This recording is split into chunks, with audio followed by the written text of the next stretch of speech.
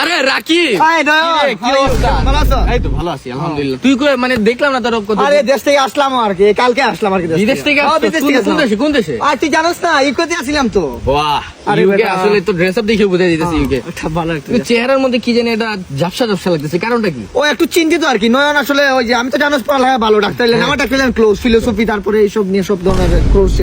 But একটা কাহিনী ঘটে গেছে বুঝছো। কাহিনীটা কি? তুই তো জানোস আমি যে বিবাহিত, জানো? হ্যাঁ, বিবাহিত। আমার একটা বউ আছে আর কি। বউটা মানে আমি বাংলাদেশে, ঠিক আছে, 2 বছর হ্যাঁ। বিয়ে কইরা পরের দিন চলে গেলাম, ঠিক আছে। হ্যাঁ হ্যাঁ 2 বছর পরে আসলাম। হ্যাঁ।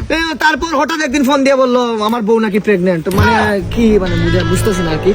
মানে এই ফিলোসফিটা আমি মিলাইতে পারতাছি না। মানে এআই এআই এআই মনে হয় এখন তো জেনারেশনটা এআই। মানে আমি সব ধরনের ক্লাস করছি বাট এই ক্লাসটা আমি পাইতেছি না। এই যে এরিস্টটল হ্যাঁ।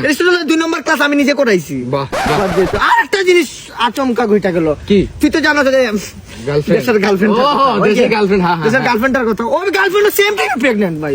কিন্তু 2 বছর ধরে না, না, আমি দেশে নাই কিন্তু প্রেগনেন্ট, গার্লফ্রেন্ডও প্রেগনেন্ট। মানে বউ এআই এআই এআই তারা যে সময় ফোন দেই বলে এআই দ্বারা সবকিছু হয়। চাপ যাই হোক, তোর কি চলতেছে? ভালো চলতেছে? আমার তো বন্ধু বুঝছো যে এখন তো মনে কর সময় আর আসলে দুইটারে দুইটা?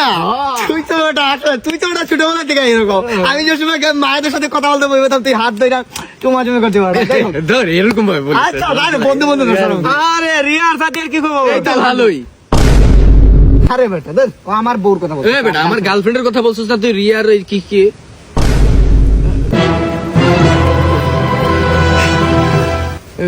झूठी सी वो गाली तेरी बेवजह